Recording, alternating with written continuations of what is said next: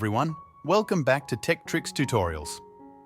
In this video, I'm going to show you how to make smooth transition edits on CapCut. So let's get started. First, open your project and add your clips synced to the beats of your audio. Select the first clip. Go to the animations from the bottom options and click Fade In. Set Fade In to any duration you want. Here, I'm setting it to 0.5. Now, select the second clip. Go to Animations, then select Combo. Here are a bunch of combo effects. Scroll right to find Distort Right.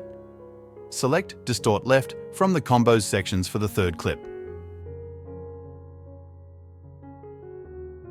Do the same process for the other clips.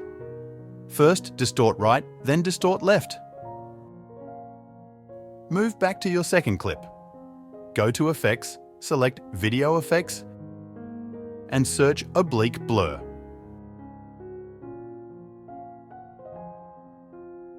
Resize the blur effect like this and click on Object. Here, select All Videos. Now, add keyframes to your blur at the start and the end. Adjust the first keyframe making blur 100 and rotate 0. Next, adjust the second keyframe making blur 0 and rotate also 0. Duplicate the blur effect 3 times. Copy and paste the effects on the rest of the clips.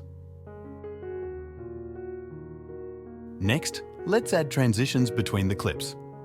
Open the transitions and go to Overlay. Scroll down and select White Flash 2. Click Apply to All to add the transition to all the clips, and that's all. Review your clips and then export your edit. If you enjoyed this video, make sure to subscribe.